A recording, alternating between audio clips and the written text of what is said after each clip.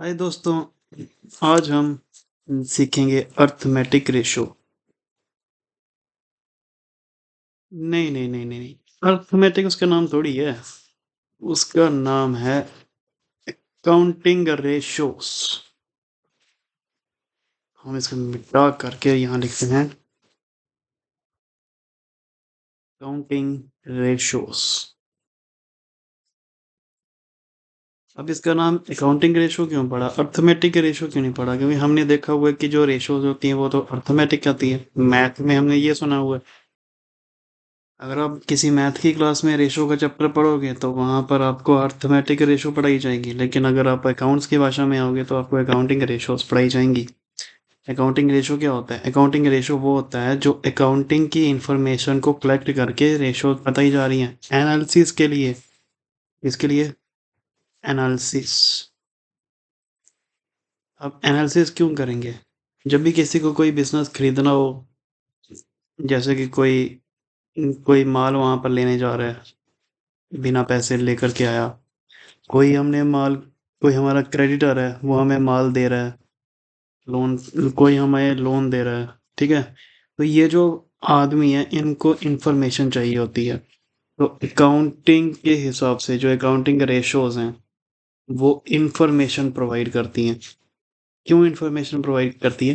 ताकि ये लोग हमारे बिजनेस को एनालिसिस कर सकें, बिजनेस का एनालाइज कर सकें कि हमारा बिजनेस इतना सक्षम है कि हम अपने बिजनेस को खड़ा कर सकें या नहीं। कल को ऐसा ना हो कि हमारी लाइबिलिटी इतनी ज़्यादा बढ़ गई है और हम उस लाइबिलिटी को दे नहीं पा रहे और हम डेट ट्रैप में फंस चुके हैं और हमारा बिजनेस दिवालिया हो गया। तो इस तरह के जो लोग हैं, जैसे इन्वेस्टर हो गया, जो हमारे बिजनेस में इन्वेस्ट करेंगे, तो इस तरह के जो लोग हैं जो हमारे बिजनेस की इंफॉर्मेशन जानना चाहते हैं, उन लोगों को हम जो इंफॉर्मेशन प्रोवाइड करते हैं वो रेशोस में प्रोवाइड करते हैं। जैसे फॉर एग्जांपल, अगर आप किसी को बोल रहे हो कि मेरा बिजनेस का जो प्रॉफिट है वो है 1 लाख। अब 1 लाख से क्या पता चलता है? कुछ नहीं पता चलता, बस एक रुपया है और एक वर्ड लिखा हुआ है, एक नंबर लिखा हुआ है। लेकिन अगर मैं बोलूं कि मेरे बिजनेस का ROI मतलब रिटर्न ऑन इन्वेस्टमेंट 10% है, तो यहाँ से कुछ ये पता चलता है कि अगर मैं 10 करोड़ लगाऊंगा तब जाकर के मेरा प्रॉफिट एक 1 करोड़ निकलेगा हर साल। तो यहाँ से मेरा ये पता चलता है कि मेरे ROI जो है वो 10% है। चाहे अगर मैं बिजनेस में ये लगाऊं तो ये एनालिसिस के लिए काम करता है। अगर मैं बताऊं कि जो मेरा करंट रेशो है, जैसा हम पढ़ते हैं, वो है 2:1। जब आप पढ़ोगे तब आपको पता चलेगा कि आपका करंट रेशो 2:1 है। करंट रेशो का मतलब है कि आपके जो करंट एसेट्स हैं वो 2 गुना है, मतलब ट्वाइस हैं एज कंपेयर टू आपके करंट लाइबिलिटीज। इसका मतलब ये हुआ कि कल को अगर आपको आपकी लाइबिलिटीज जो है वो अ, देनी भी पड़े तो आपको आपके एसेट बेच करके आपकी लाइबिलिटी दे सकते हो। तो ये चीज़ होती है, इसलिए हम ये रेशोस पढ़ते हैं। तो मुझे लग रहा है इंट्रोडक्शन काफ़ी लंबी हो गई, तो अब हम पढ़ते हैं कि रेशोस है क्या। तो रेशो क्या होती है? हम यहाँ देखते हैं कि रेशो जो है वो एक अर्थमेटिक एक्सप्रेशन है। जैसे कि अभी मैंने ये शब्द यूज़ किया था अर्थमेटिक, इसका मतलब होता है न्यूमेरिकल।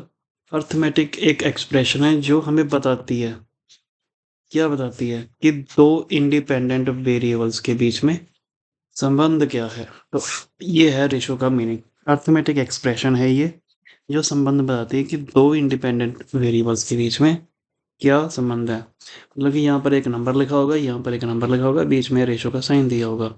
इसका मतलब ये होता है कि जो भी चीज़ आप एनालिसिस कर रहे हो, यहाँ तो वो उसका 2 गुना होगा, यहाँ तो उसके बराबर का होगा, 1:1 होगा, ठीक है। यहाँ तो उसके 5 गुना होगा, मतलब 5:1। तो ये मेरे को कैसे पता चला कि इतने गुना है, ये उतने गुना है? तो यहाँ वर्ड आता है एक्सप्रेशन, कि हम अरे ये जो नंबर्स हैं इसको किस तरह से एक्सप्रेस कर सकते हैं, रेशोस को किस तरह से एक्सप्रेस कर सकते हैं। रेशो को हम 4 तरीके से एक्सप्रेस कर सकते हैं। पहला, प्योर फॉर्म में आपको एक्सप्रेस करना, जैसे कि यहाँ नंबर लिखा, बीच में वो 2 डॉट डाले और यहाँ पर एक नंबर लिखा। ये होता है प्योर फॉर्म में एक्सप्रेस करना, आप बता रहे हो कि रेशो को इस तरह से हम लिख पा रहे हैं। दूसरा होता है परसेंटेज फॉर्म में, जैसे हम ऐसे डंडा मारते हैं और दो ऊपर नीचे गोले मार देते हैं।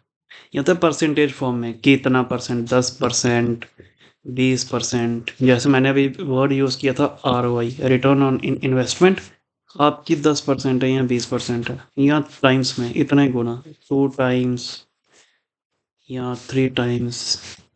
मतलब कि कोई भी चीज़ जो आप कंपेयर कर रहे हो वो उसके 2 गुना है या 3 गुना है। या फ्रैक्शन में किया जा सकता है, 2/3, 4/3। इस तरह से हम रेशोज को एक्सप्रेस करते हैं। सर बहुत बड़ा इंट्रोडक्शन दे दिया, लेकिन रेशो है क्या ये तो समझ आ गया, लेकिन हमने रेशो जो पढ़नी है वो कितने टाइप्स की हैं। चलो अब देखते हैं रेशोज के टाइप्स। रेशो जो हमने पढ़नी है वो 4 टाइप्स की हैं। पहली लिक्विडिटी रेशो,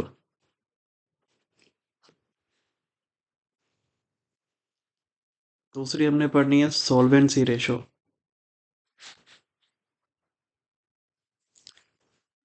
तीसरी हमने पढ़नी है एक्टिविटी रेशो, और चौथी लास्ट हमने जो पढ़नी है वो है प्रॉफिटेबिलिटी रेशो। तो जो पहली आपकी रेशो है वो है लिक्विडिटी रेशो। लिक्विडिटी रेशो क्या बताती है? ये बताती है कि आपका बिजनेस शॉर्ट टर्म में कितना लिक्विडेट हो सकता है, मतलब कि वो शॉर्टे टाइम पे आपके जो करंट एसेट हैं क्या वो करंट लाइबिलिटी को कवर कर पाएंगे।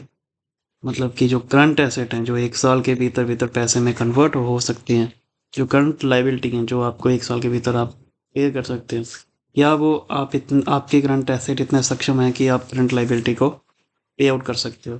तो शॉर्ट टर्म में आपकी लिक्विडिटी कितनी है और लॉन्ग टर्म में आपकी लिक्विडिटी कितनी है, आपकी बिजनेस कितना सॉल्वेंट है, ये बताती है सॉल्वेंसी रेशो। और थर्ड आपकी बिजनेस की एक्टिविटीज़ कैसी चल रही हैं, ये बताती है आपकी एक्टिविटी रेशो। ऑपरेशनल एफिशिएंसी बताती है। और प्रॉफिट एंड लॉस को बताती है आपकी प्रॉफिटेबिलिटी रेशो। ठीक है, इसी को मद्देनजर रखते हुए हम यहाँ पर बताते हैं कि इसके ऑब्जेक्टिव्स क्या होते हैं।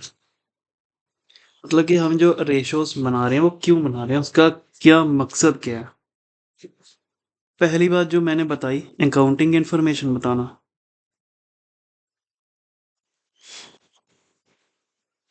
तो रेशो जो है वो आपको अकाउंटिंग इन्फॉर्मेशन बताती है।